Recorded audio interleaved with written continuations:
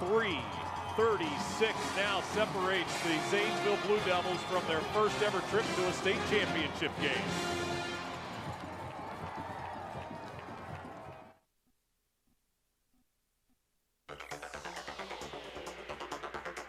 Well, as we progress through this second half, that extra point made it 20-14 in favor of Loveland. After Zanesville was forced to punt, a muff on the return, Gladden scores. The extra point good to make it 21-20. A key fake punt. McFarland got the first down by 2, and on the very next play, Jamal Gladden sprints 30 yards for the touchdown. The extra point good. Still a one-possession game, but Greg, it's now 28-20. Zanesville left some time on the board. But, right, you scored. That's our second punt of the night. But you might have scored too fast. You'll take the touchdown. As you see the scoring drive, 8 plays, 88 yards. They chewed up 451. They chewed off some precious time there. And Gladden gets his second touchdown run of the second half. But Loveland's got a lot of time and a full bank of timeouts. And up in Parma, Glenville now leads 27-13 over Medina Highland. Still almost the entire fourth quarter to go there. Marshawn Lattimore, 3 touchdowns for the Tarblooders. End-over-end kick will be taken by Deaver from his own 15-yard line. He's got room, and another good return out to the 38-yard line for Evan Deaver. Well, I think he redeemed himself. That was an important return, bringing it out to the 40. Plenty of time for Coach Cranford.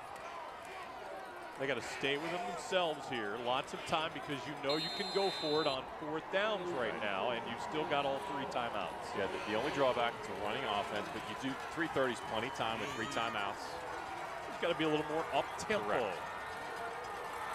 On 1st down, cross handoff. This is Hesse. He's got about 4 yards on the 1st down run. So Alex Hesse on that run. They will huddle up. Keep your eye on that clock. Well, nice tackle by Devin Green. I felt like if he'd have bounced this outside, he could still run. He should have kept running to the outside, but had green space. Look for the sidelines here. It's another way to stop the clock. Right into the eyes of sophomore quarterback Drew Flitt. Hesse is in motion. They'll let Flitt throw. He's got time. Going for a big one into triple coverage downfield, and that is JT McFarland making the interception. His 6th INT of the season. 3rd turnover of the night for Loveland. Well, you talk about being patient. They're going for the post, and you got a sophomore quarterback. He hears post, and it's going to go up in the air. 3 guys back there, and McFarland's going to come down with it.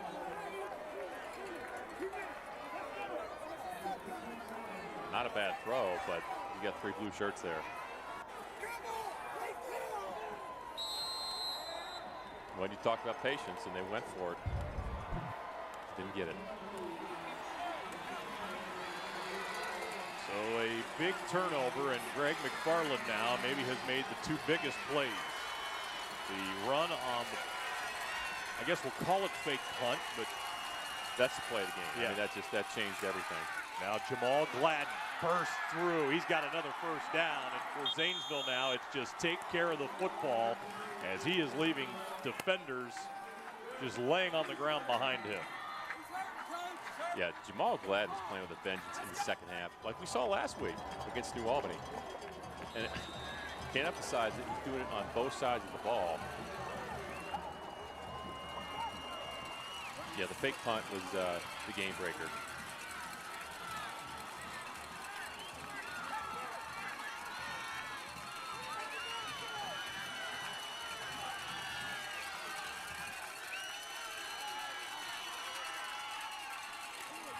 On the 1st down run, they'll stick on the ground. And when do you start using those timeouts if you're Loveland? Right about like now. Right now, yeah. There's no tomorrow, so you got to call him here, and you got to get a stop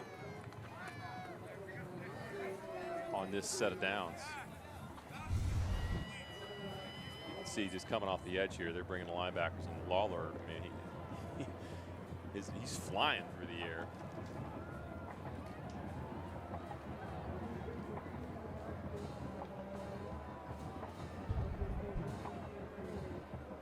Well, the timeout taken by Loveland, and you want to make sure you tune into Sports Time Ohio starting on Thursday, December the 5th through Saturday, December the 7th.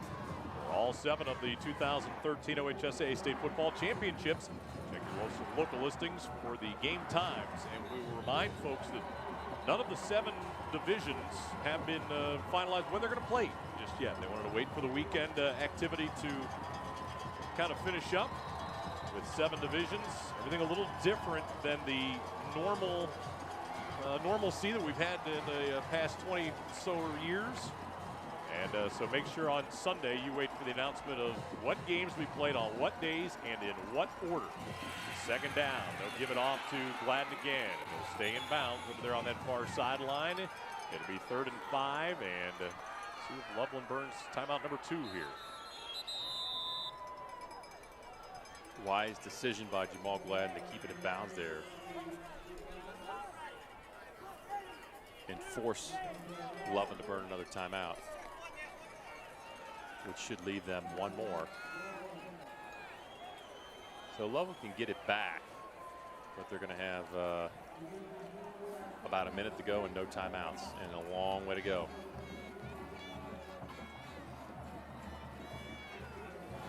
But for Loveland, you've got to exhaust every opportunity. And you've got to remember, and the Loveland faithful know this, a week ago, things looked pretty bleak against Mount Healthy. And they found a way to persevere and come back. So this is a team that's not going to lay down. They've got opportunities here. You've got a chance for a turnover, which they've been very good at in the playoffs. You've got a chance to block a punt. You've got to have a stop on this play right here. Yeah, yes, you do. But assuming you stop them, you've got a chance to block a punt. You've got a chance to return. And one more time with the football, you maybe have 3 or 4 snaps. So they've got opportunities. Zanesville's got to protect the football. They will need to get to the 39. Will they let Wibbler throw it? No, it's Gladden. Nowhere to go. Well, Loveland did part A. They got the stop. And we'll see if Coach Cranford takes it now or waits. He might wait. Looks like he's going to hold on to one and keep it in his hip pocket. They can run the game clock down to roughly, I got to do math, 112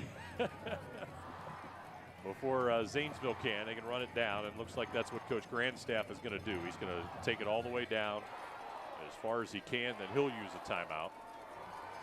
And I like this move by Coach Cranford. As an offensive coordinator, I want to have at least one timeout in my pocket, especially when you got a young quarterback. Because either way, you're going to have a minute to go. I think it's better to wait in this case. Well, Loveland, been a rough night thus far. They still need to come up with something big, but plenty of players were honored on the All-Southwest District team, including Coach Cranford, as he was the Southwest District Coach of the Year. We talked about Nate Slagle, a junior running back, ACL injury week 8, and has obviously missed everything since, but still was the Offensive Player of the Year in the Southwest District. That means they'll have him coming back along with Luke Waddle and Drew Plitt, the sophomore quarterback, and a host of others. I know this one's not over, but they've certainly built a great foundation here with a nice mixture of youth and experience. I mean, I'm impressed that you lose Slagle, you know, the Player of the Year in week 8, and you're still winning in the playoffs. That's not normal. It's a well-coached football team, and the first year for this staff, for Coach Stan. Real quick update, Glenville all over Highland now, 41-13, so it appears the Tar Blooders, dropping down from Division I to Division II, will play in their second state championship game. McFarland, a little off the side of his foot, and will go out of bounds at the 43-yard line, and that works out for Loveland. So with 1:06 to go and 1 timeout, it is not over yet for the Loveland Tigers. Well, they're going to get decent field position. And you can't rule out the fact that they can still run the football and have a big play. Obviously risky because you only have 1 timeout, but with Gunnar Gamble and Luke Waddell, you got some guys that can pop it. And we saw Ricci with the touchdown. He's capable of catching the ball. Elfers and Hesse can catch it. Trey Heath, another guy can catch the football. On first down out of the shotgun. Quick throw over here. Hesse the catch out of bounds inside Zanesville territory. That's exactly what you're talking about. He looks like Tom Brady right there. I mean, where's this been? Drew Plitt can throw the football. There's no doubt. I mean, I'm impressed with his size, throwing ability. He made some big throws last week against Mount Healthy. Down the stretch. Boy, I like that. A quick 10 yards. Move the chains. Excuse me, 8 yards. Let's stop the clock. Plitt, 68% in the postseason. 390 yards and a touchdown. He's thrown another one tonight. Second down and short. Nothing there. Plitt going to roll. And he will throw it low and incomplete. So it'll be third down and short coming up now for the Tigers. But incompletions here do not hurt you. You want to throw incompletions unless you're going to get a first down. The only problem there is he took a long time. He had a guy open at first, hesitated, which again a young quarterback's going to do, but the right decision here is to throw it to the ground. But now they may go back to the ground game, Greg, on third down and short, knowing that a first down will stop the clock and they can get back to the line and clock it or run a play. They will stay in the shotgun. They're going to throw. Zanesville rushes 3, and this ball is incomplete. Little contact as Stanford came in on Giovanni Ricci, who has still got his arms outstretched looking for a marker, and it'll be fourth down after none was thrown. That was borderline. I like the throw by Plitt. He stood in there. He made the right read. Ricci ran the curl route. Ball was on the money. Credit. Stanford for getting in there, making a play. Now let's see. Now they have 4th and 1. Season on the line. They go back to their T formation. Run the ball and get the first down. It's Gunnar Gamble. They've got him strung out. He will fight forward. It'll depend on the spot. Ooh, I think he got it by a nose. They'll stop the clock. A lot of dancing around right there. They will have to measure this. They'll bring the chains out. You're right. There was a little bit of dancing, but boy, it took everything that he had just to get back to the line of scrimmage. He got collared on the play. Gamble off to the side here, had to be helped up by some of his teammates. Not sure what happened, if it was on the play or after the play, but boy, he was very slow and needed some assistance to come to his feet, and it's going to come down to this right here. It's going to be close. You might have been right by the nose. I think he got it by, it's less than half the football. Ooh, I don't know. I don't know. First down.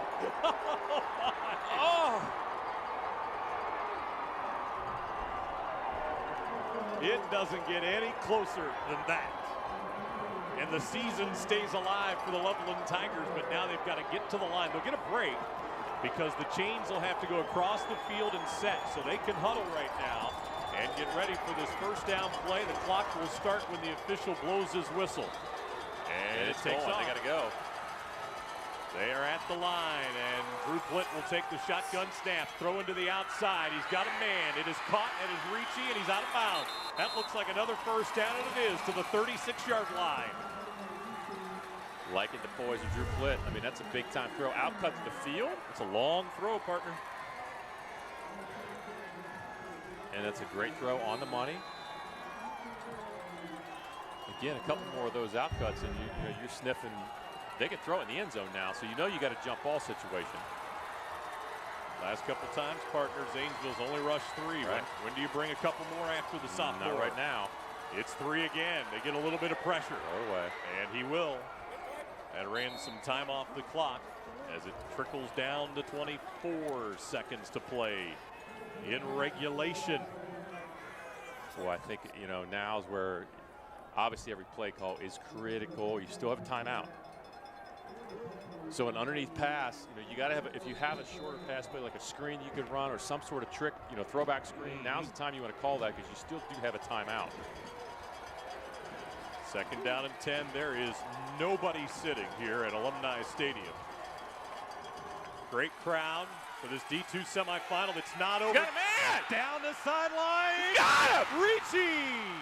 Touchdown! He had a one-on-one, and he found a great read by Plitt. Here we go, brother. So immediately, Coach Cranford's he's got to have his two-point play in his hip pocket, but a great read. He had Richie one-on-one. This reminds me of the throw we saw to start the game by Whippler. Perfect throw. What a catch by Richie. You think they'll call timeout? Well, they already have. They already have burned the timeout. My, oh my, oh my. Ricci. Drew Plitt does his Tom Brady impersonation on this drive. I'm telling you, that was big. That was Tom Brady in his first Super Bowl. 17 seconds to go, and those fans for Loveland, who had to get the little heart reset last week with a defensive score with under 2 minutes to go to win 35-28, now need a two-point conversion to try and extend the season. This team has had a lot of magic, and Coach talked about that in the pregame. They've had the it factor. He also talked about that along the way it always takes one of those games. Yes. He didn't say two. Now he needs two. Well, do they have any more magic? We're going to find out. Gamble and Waddell are in the backfield, and Coach Grandstaff says, well, I got a timeout. Wise decision. So they will talk it over defensively now. What a throw. What a throw by a quarterback who just moments ago had thrown an interception into triple coverage, might have been hanging his head over there on the sideline as a sophomore. The emotions that are rolling, and managed to come back and made a couple of real good throws on that drive, including the one that's giving him a shot. I saw, he made some big throws last week down the stretch, so I knew he was capable. But an early interception, he had 2 interceptions on the night tonight, but this drive was impressive. But here we go. And now the question is, do you stick with the same play you called, or do you change it up? Do you run it? Do you have the kahunas to run it here? Stay with the same formation. Waddell and Gamble are in the backfield. Two-point conversion to try and tie the game. Flick will try and run. He does, and he's in!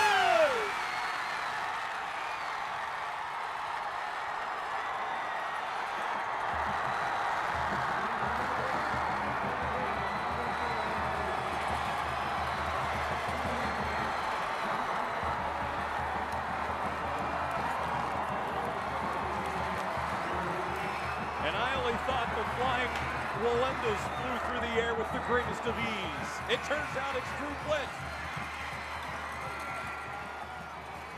That is a sophomore putting his team on his back. Both receivers are covered, well covered. He might have had one of his tight ends over right here. He had Hesse, but decides to run and just lays out. Talk about a team that potentially is a team of destiny. The last 2 weeks, they do it again tonight.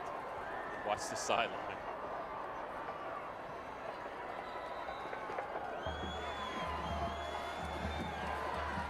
Sophomore quarterback takes him 58 yards in the last minute. And well, still 17 seconds to go. Thomas Whippler's got a pretty strong arm. This kick return will be very, very important. And you know JT McFarland would love to get it in his hands here.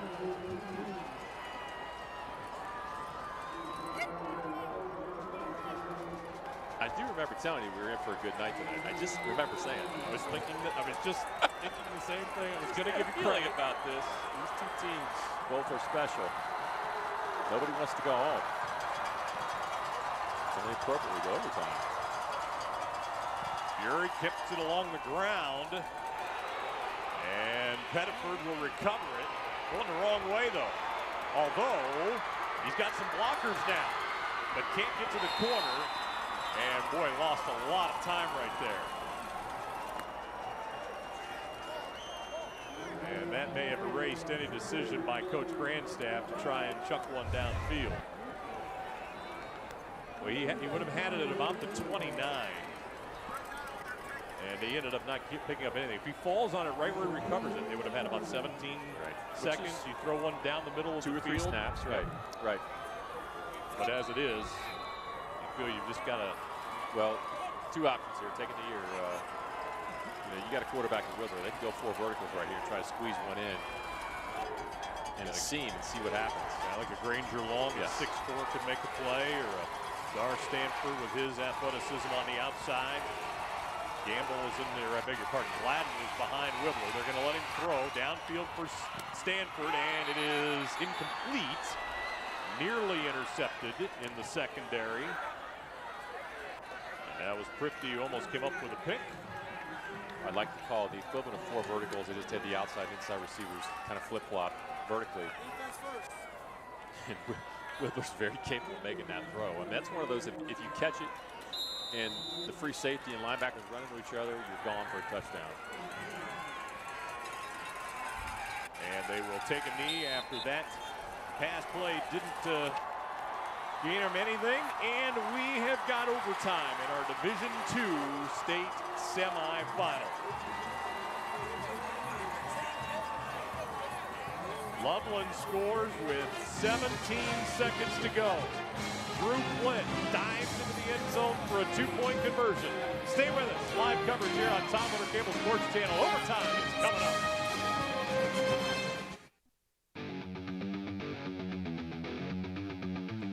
Well, fourth quarter, it turned into the Jamal Gladden show. He had a touchdown run that gave him the lead to 28-20. But it's the last second, 17 seconds to go. Flint hits Ricci, 36 yards, and needing a 2-point conversion, dives over the top, maybe almost out of the back of the end zone. And you see the elation on the Loveland sideline. And we've got overtime, Greg. These guys are the cardiac kids. I mean, the poor fans after the last 2 weeks. Scoring 21 points in the last 6 minutes of the fourth quarter last week to win 35-28. It is all tied up here at 28 all. As you see the captains and Thomas Whibbler severely outnumbered here. Let's see if we can listen in to our official here. Maybe he will tell us what's going on at midfield. What we're going to do in overtime, timeouts do not carry, so you each get 1 timeout. We will toss a coin. The winner of the toss has 3 choices: offense, defense, or end of the field. Okay? What is your call? Heads. I heard a head. Head's the call. It is a heads. You will be on defense. Which end of the field do you want to play on? You want to go towards the board? Yes, sir. Okay. So the toss won by Loveland. At the beginning of the game, they won the toss and said, we want the football. But Greg, in overtime, you give the other team the ball, so you know what you need. Second time around, I think the official talked Thomas Whibbler into which direction they wanted to go. I don't think that was discussed, which end to play on. It was, do we want the ball or not? And Zanesville, Greg, will get the ball first here. Any advantage going into overtime right now? No, I mean, you want to win the toss, I believe, because you want, to me, you want to play defense so you see what you're going to do. The advantage right now is Loveland because they got momentum. But this game's gone back and forth so much. You know, Zanesville could take the advantage by sticking 7 points on the board. That's what you want to do offensively. Boy, So, for Zanesville, it's, I mean, get Jamal Gladden the football is what I'm thinking. So the ball will start at the 20-yard line. You heard our referee indicate there will be 1 timeout granted. Yep, he'll do anything on the sidelines to try and come up with a decisive win. All right, here we go. Overtime is underway. Whibbler's going to go right to the air. Throw it over here near side. Stanford's got it. Cuts back to the 5. It'll be first and goal, Blue Devils, just like that. Well, Whibbler's just, he's a dealer back there. He is fearless. Love his quick release, reads the field, trying to look over the middle, nothing's there, dumps it outside, which is the right read.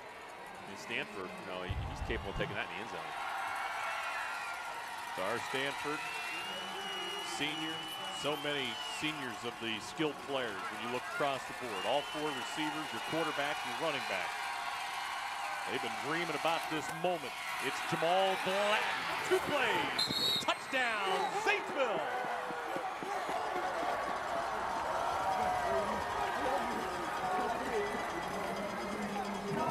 That's what you do in overtime in football. You stick it in the end zone. Whittler and then Gladden.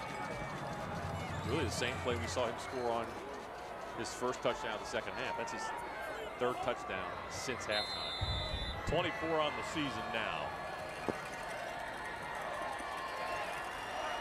And oh, by the way, make the extra point.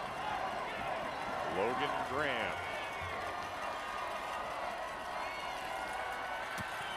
Puts it up, and it's good.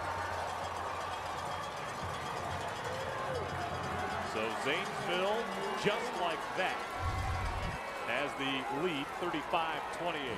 Great blocking out there on the outside. Austin Kimball did a good job helping Gladden get the edge.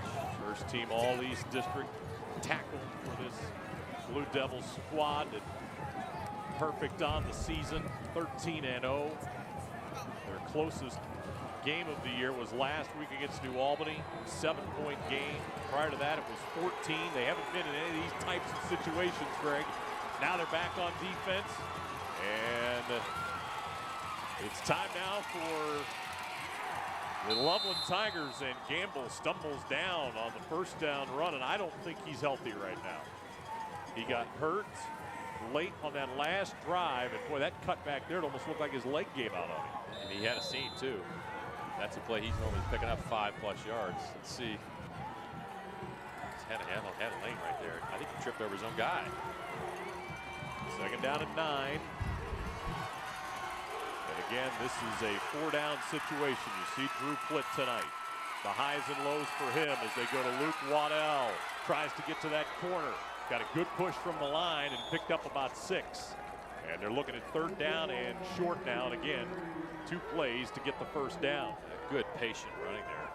Unlike a freshman, but Waddell's not playing like a freshman. Watch him follow his blocks. See 56 out front. Bauke and a host of other the offensive linemen, Alton out there as well. Nice pickup. And you're right, it's 4-down territory, so you can still stick with your run game here. 3rd down again. They need the 10. It's Waddell through the middle, and he's got the first down. He needed the 10. He's at the 10. Let's make sure now. Hold on. This official on the far side coming across. Let me adjust this spot. Yeah, I think he was. Well, great blocks up front. Good trap there. Ooh. Okay. Yep, they have spotted the ball short of the 10-yard line. Whoa. So it is not a first down. See if you can. Where's the knee come down and where's the ball when the knee hits? Boy, the knee was short of the 10, but the ball was not. And it's 4th and inches now. And it comes down to this for the moment. You got a 6'3" quarterback here. Perhaps he will just follow Krusel right through the hole. 4th and inches. They hand it off. Waddell's got the first down this time. 2 teams battling to get to their first state championship game. And it's 1st and goal for the Loveland Tigers. Well, I wonder how the coaches breathe right now, because I'm not. 4th down, and you're handing the ball to a freshman. Wow. Sounds easy enough. It does. Well, they moved the chains. But, you know, here's the thing. I mean, if you got a great offensive line, you run the football, you better be able to pick up a yard. 1st and goal, Loveland. Waddell again to the goal line. Just short. It'll be 2nd down and goal from near the 1. Boy, he is shifty, isn't he? Well, he's shifty, but he runs with such a lean. I mean, he 155 pounds. But watch his lean. Boy, quick little burst, hit that hole, and tapped down by J.T. McFarland. 2nd down and goal.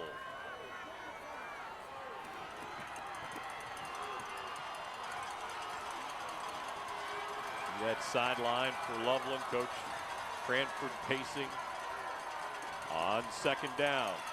Hesse is the man in motion. The give, and he's in. Touchdown.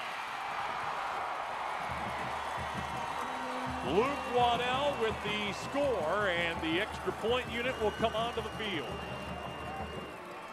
And I think you're right. Gamble's not 100% because that drive was exclusively Luke Waddell.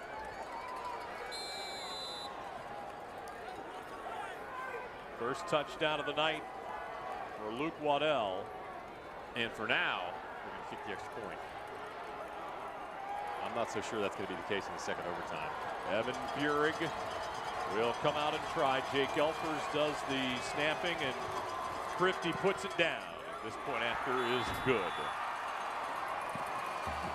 We are tied and headed to a second overtime because of the touchdown run by Luke Waddell. Well, the whole drive put together by Luke Waddell, but watch the push up front. You see he's following that left-hand side. Gladden comes off the edge, but Waddell does a good job just following that push. Got a little stretch over the end zone. He doesn't need much. Impressive drive. Impressive answer by Loveland again. Well, Zanesville did it in 2 plays.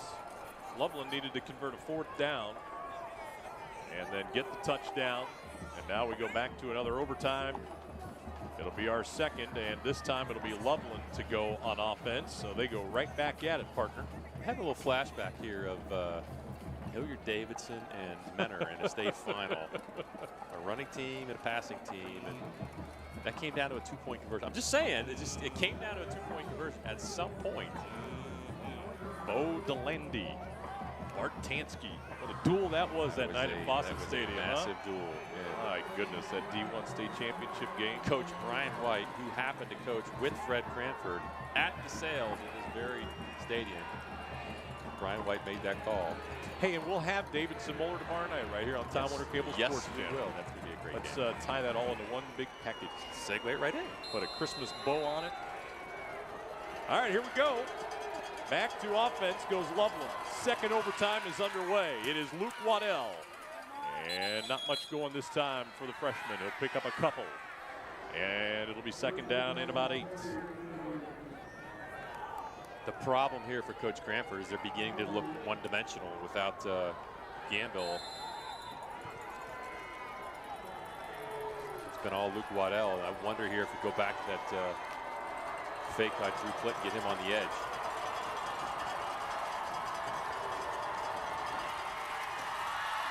They go play action pass. They pressure Kristen Rock. Can't bring him down. Plitt now trying to make something happen. Collides at the 15.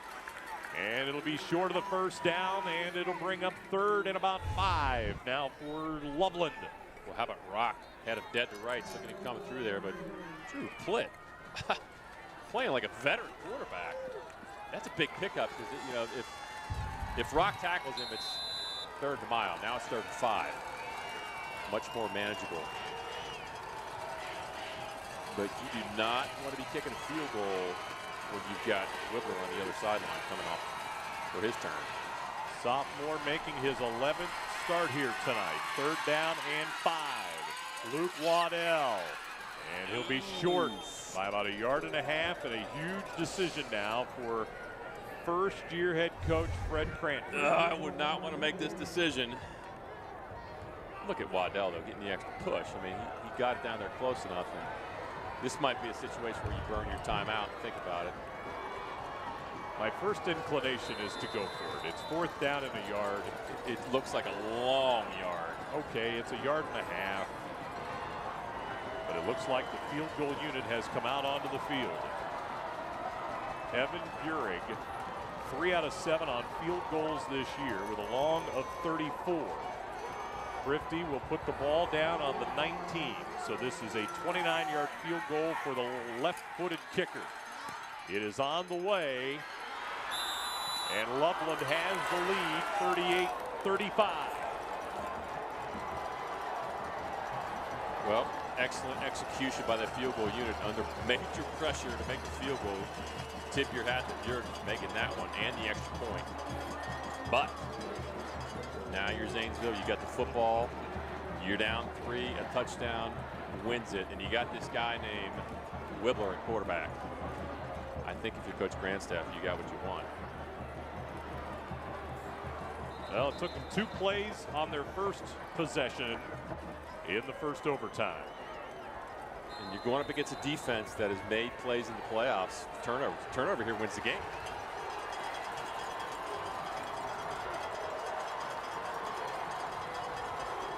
You're best on best.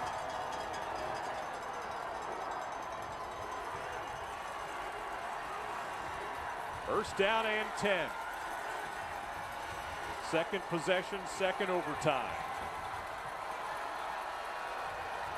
5 on the play clock. They don't get it off in time. Boy, that's, I'll tell you what.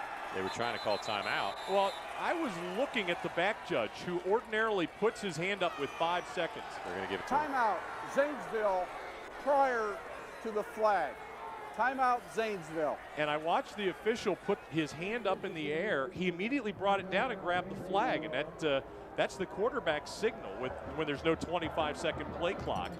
When that back judge puts his hand up, there's 5 seconds to go. They were all looking at Coach Grandstaff, and there was hesitation. And really, to me, it was an obvious run situation because he had a kind of a shell coverage, only 5 in the box. Run Gladden. So they will use their only timeout now. So they have none left to talk about anything. Loveland's got to pick their poison, you know, and they can kind of dictate what Zanesville's going to do. And it's no fun either way, but 5 guys in the box to run the football gladly. 35 years ago, Zanesville played in a state semifinal. Now trying to climb that final hurdle here in 2013. Wibbler picks up a huge block. He's got Stanford, and he's out of bounds. Incomplete. And it'll be second down. Boy, what a key block by Gladden, as one of the defenders came free off the edge. Watching the left side of your screen. Correct. Look at Gladden pick up this blitz. Right-hand side. Great read, great throw. Woo! Close. Might have had one in. Second down. That pickup by Gladden, by the way, that's like a college or pro running back seeing the blitz and picking that up. That was impressive. Kind of a college or pro throw, too. Yeah. Big time. Second down, they go empty backfield. Stanford's the man in motion. They fake it to him. Wibbler looking over the middle behind McFarland. And now it is third down and 10. And like Loveland on the first overtime, Zanesville knows that they can use 2 plays to get a first down, or they can rely on the leg of Logan Graham. Well, now it's throw the football. You know, you don't think you're going to be running it here, but you have no better guy than Wibbler to throw it. He just needs one throw. The elation right now on that Loveland sideline, and the calmest one is the man wearing the headset, Coach Cranford. And now the Zanesville Blue Devils with a third down and 10. Don't forget your screen here to Gladden. That worked in the first half. Loveland showing blitz. They are coming. Wibbler going to roll to this near side. Fake pump thrown late as he was being sacked. It's incomplete, and it'll be fourth down and 10. And now a decision has to be made by Coach Grandstaff. Does he try the long field goal or go for it on 4th and 10?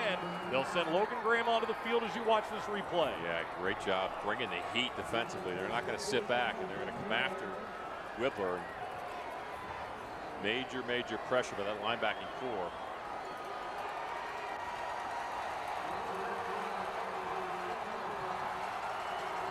The ball will be directly in the middle of the field. You'll get a great look at it from home. Logan Graham, with a long on the year of 32, will try from 37 to tie the game. It is short, no good. Loveland wins. They will play for a Division II state championship.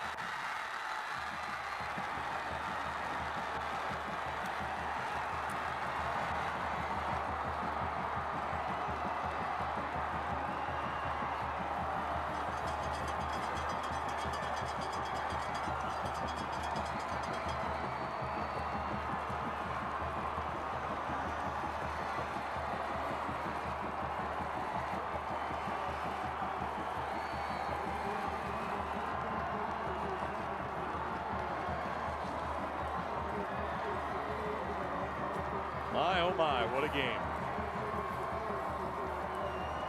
Elation on one side, heartbreak on the other, and Emily Harkins has Coach Cranford of the Loveland Tigers. Go ahead, Emily. Cranford, congratulations on your huge win. How important was your defense in this game tonight? We knew we had to come out. It boiled down to fundamentals, and we knew that. I mean, what a great football game. I'm running out of things to say. Our group of kids and this community, resilient, just the perseverance. They haven't showed quit in them, for now 14 straight weeks. To win this 38-35, I mean, that's all heart there at the end. And so, I'm really speechless at this point, and what we've done, to get to here. And I'm proud of everybody, and get ready tomorrow and prepare for next week. And how does it feel to lead your team to for your first state title game appearance? It's just surreal. I'm just so proud to be a part of this, and the support that they have given me. And it's, these kids have worked hard. They deserve it, and they fought through a lot of adversity here from point A to point B. But I couldn't be more proud. In your first year as head coach at Loveland, what was special about this season? I guess every week. It was a Super Bowl for us. This is all new for us together, new schemes, and they really came in. They worked so hard, and they're just the coachability and what they did week to week, and their preparation is really what helped get us here. So, well, thank you, Coach. Congratulations, and good luck next week. Thanks, Todd. And you see the matchup right there with Glenville defeating Highland earlier tonight. Loveland in double overtime, scoring with 17 seconds to go in regulation and converting a two-point conversion. Will now take on Cleveland Glenville, both teams looking for their first state championship. Cardiac kids. This is a team of belief and destiny, and you can just see that they have got a chemistry and a no-quit attitude, that they did not give it up and found a way to tie it up. And then their defense, again, defense gets it done against one of the best offenses in the state of Ohio in any division. And the defense makes the stop to win. How appropriate is that? Great fan support on both sides. And for Loveland's players, sharing it right now with those who made the trip up from the Cincinnati area, 100 miles. They made the trip up here for this game tonight in Central Ohio, and there is sophomore Drew Plitt, who again, with the 2 interceptions tonight, Greg, and what the second one looked like it was going to end the season for them. They end up with the touchdown pass to Giovanni Ricci, and where there's the pressure off the edge, and Michael Weber's the guy who gets the pressure initially, and he's the one that made the play last week. As you see, Junod is going to get the hit on Wibbler. That's what you do to a great quarterback. You pressure him. That was the 3rd down play, and then here was the ensuing field goal attempt. It was clearly online. You saw a little bit of a high snap, but Logan Graham just didn't get enough, and it ended up short. And the celebration on that Loveland sidelines. And now the disappointment here for Zanesville. Well, your thoughts, Loveland, Glenville, state championship game, Division II. First of all, credit to Zanesville. Excellent team this year. I mean, proud of their effort and what they did tonight all year long. Very impressive. Could have a great one next week. Kind of reminds me of Cincinnati Anderson from a couple years ago, going up there and getting it done. But Loveland is going to have their hands full with Glenville, no doubt, next Friday, assuming it's Friday. Well, great job by everybody here tonight as this one wraps up in just a fantastic finish as Loveland wins in double overtime here tonight as our regular season coverage here on Time Warner Cable Sports Channel wraps up. Still more games to come your way on Saturday as well. Check your local listings. Also a couple of broadcasts that we had for you tonight. Replays are coming up here on Time Warner Cable Sports Channel. Again, check your local listings for the games that you will be seeing coming up next on Time Warner Cable Sports Channel. Boy, great one here tonight as the Loveland Tigers are victorious in double overtime, 38-35 over Zanesville. Congratulations to all the teams that will move on out of the state finals in Mansfield and Canton. Don't forget to tune into Sports Time Ohio, December 5th through December 7th, for all the 2013 OHSAA State Football Championships. For Greg Fry, Emily Harkins, our great Time Warner Cable Sports Channel crew, this is Todd Bell. We say so long from Central Ohio tonight, where the Loveland Tigers rally late again, win in double overtime, and will play for their first ever state championship next week.